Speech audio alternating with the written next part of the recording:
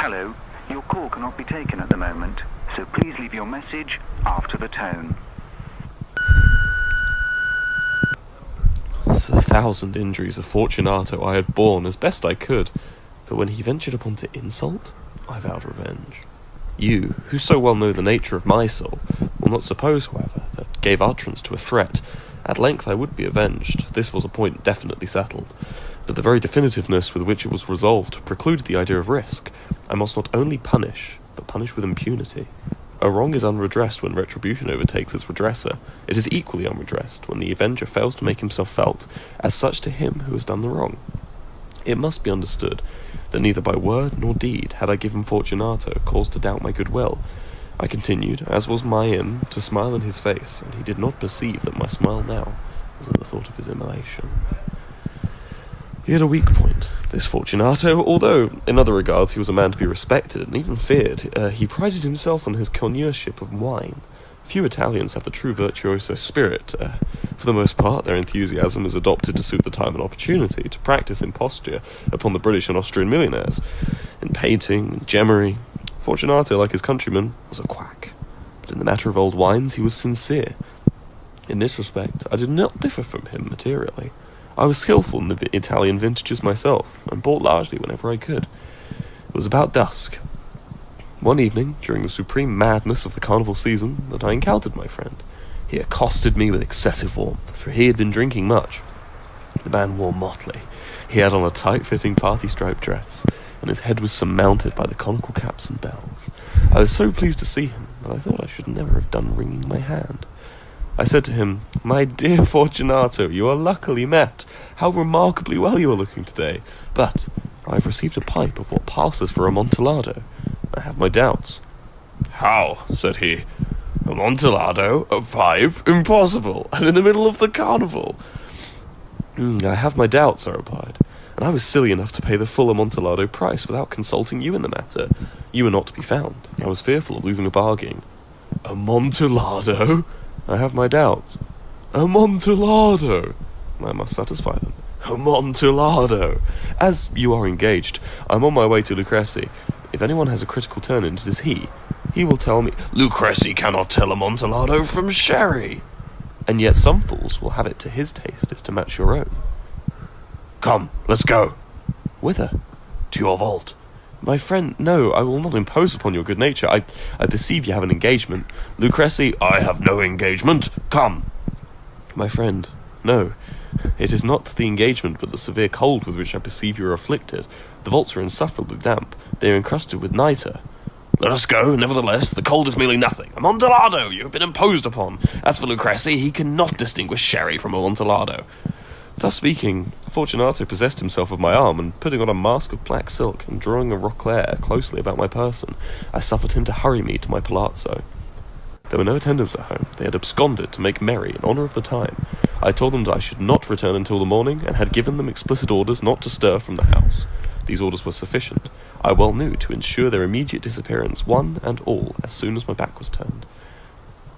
I took from their sconces 2 flambeaux, giving one to Fortunato, bowed him through several suites of rooms to the archway that led to the vaults.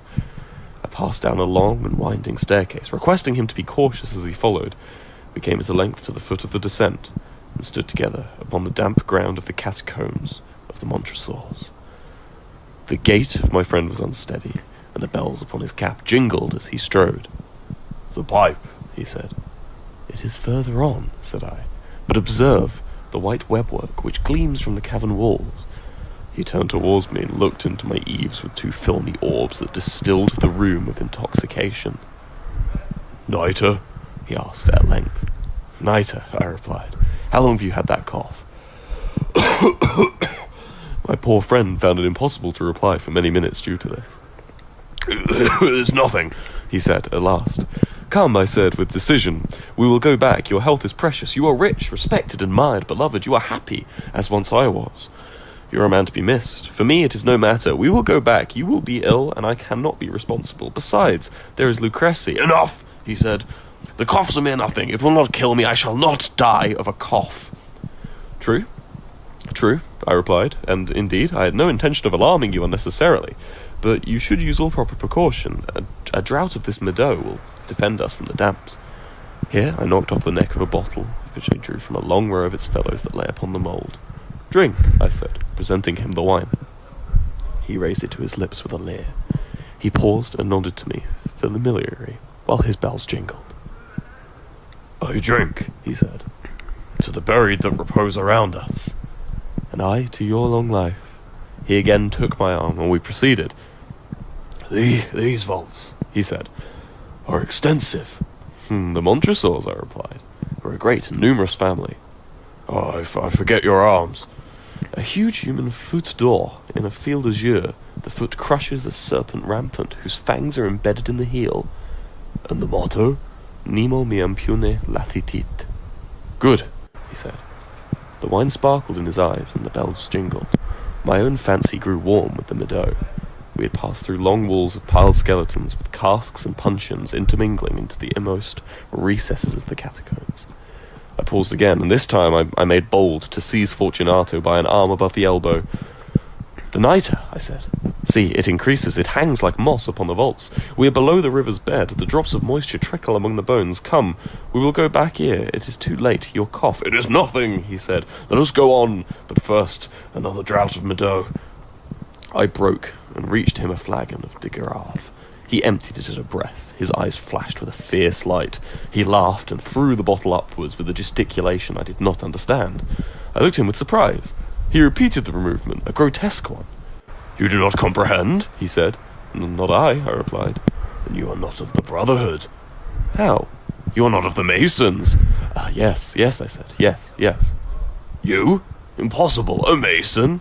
"A Mason?" I replied. "A sign," he said. "A sign." "It is this," I answered, producing from beneath the folds of my roquelaire a trowel. "You jest," he exclaimed, recoiling a few paces. "But let us proceed to the Amontillado." "Be it so," I said, replacing the tool beneath the cloak and again offering him my arm. He leaned upon it heavily. We continued our route in search of the Amontillado. We passed through a range of low arches, descended, passed on, and descending again, arrived at a deep crypt in which the foulness of the air caused our flambeaux rather to glow than flame. At the most remote end of the crypt there appeared another less spacious. Its walls had been lined with human remains, piled to the vault overhead, in the fashion of the great catacombs of Paris. 3 sides of this interior crypt were still ornamented in this manner. From the 4th side the bones had been thrown down and lay promiscuously upon the earth, forming at one point a mound of some size. Within the wall thus, exposed by the displacing of the bones, we perceived a still interior crypt or recess. In depth about 4 feet, in width 3, in height 6 or 7, it seemed to have been constructed for no especial use within itself, but formed merely the interval between 2 of the colossal supports of the roof of the catacombs, and was backed by one of the circumscribing walls of solid granite. It was in vain that Fortunato, unlifting his dull torch, endeavoured to pry into the depths of the recess. Its termination, the feeble light, did not enable us to see. "Proceed," I said. "Herein is the Amontillado. As for Lucrezi—" "He is an ignoramus," interrupted my friend as he stepped unsteadily forward, while I followed immediately at his heels. In niche, and finding an instant he had reached the extremity of the niche, and finding his progress arrested by the rock, stood stupidly bewildered. A moment more, and I had fettered him to the granite. In its surface were 2 iron staples distant from each other about 2 feet horizontally. From one of these depended a short chain, from the other a padlock. Throwing the links about his waist, it was but the work of a few seconds to secure it. He was too much astonished to resist. Withdrawing the key, I stepped back from the recess. "Pass your hand," I said. "Over the wall you cannot help feeling the nitre. Indeed, it is very damp. Once more let me implore you to return, no? Then I must positively leave you. But I must first render you all the little attentions in my power." The Amontillado!" ejaculated my friend, not yet recovered from his astonishment. "True," I replied, "the Amontillado." As I said these words, I busied myself among the pile of bones of which before I had spoken. Throwing them aside, I soon uncovered a quantity of building stone and mortar. With these materials, and with the aid of my trowel, I began vigorously to wall up the entrance of the niche. I had scarcely laid the first tier of masonry when I discovered that the intoxication of Fortunato had in a great measure worn off. The earliest indication I had of this was a low moaning cry from the depth of the recess. It was not the cry of a drunken man. There was then a long and obstinate silence. I laid the 2nd tier, and the 3rd, and then the 4th. Then I heard the furious vibrations of the chain. The noise lasted for several minutes, during which, that I might hearken to it with more satisfaction, I ceased my labours and sat down upon the bones. When at last the clanking subsided, I resumed my trowel and finished without interruption the 5th, the 6th, and then the 7th tier. The wall was now nearly upon a level within my breast. I again paused, and holding the flambeau over the masonwork, threw a few feeble rays upon the figure within. A succession of loud and shrill screams, bursting suddenly from the throat of the chained form, seemed to thrust me violently back. For a brief moment I hesitated. I trembled. Unsheathing my rapier, I began to grope with it about the recess. But the thought of an instant reassured me. I placed my hand upon the solid fabric of the catacombs and felt satisfied. I reapproached the wall. I replied to the yells of him who clamoured. I re-echoed, I aided, I surpassed them in volume and in strength. I did this, and the clamour grew still. It was now midnight, and my task was drawing to a close. I had completed the 8th, the 9th, and the 10th tier. I had finished a portion of the last and the 11th. There remained but a single stone to be fitted and plastered in. I struggled with its weight. I placed it partially in its designed position, but now there came from out the niche a low laugh that erected the hairs upon my head. It was succeeded by a sad voice, which I had difficulty in recognizing that as that of noble Fortunato. The voice said, "Ha ha ha, a very good joke indeed, an excellent jest. We will have many a rich laugh about it at the palazzo, over our wine." "The Amontillado," I said. "Yes, the Amontillado. But is it not getting late? Will they not be awaiting us at the palazzo? The Lady Fortunato and the rest. Let us be gone." "Yes," I said. "Let us be gone." "For the love of God, Montresor!" "Yes," I said, "for the love of God." But to these words I hearkened in vain for a reply. I grew impatient. I called aloud, "Fortunato?" No answer. I called again, "Fortunato?" No answer still.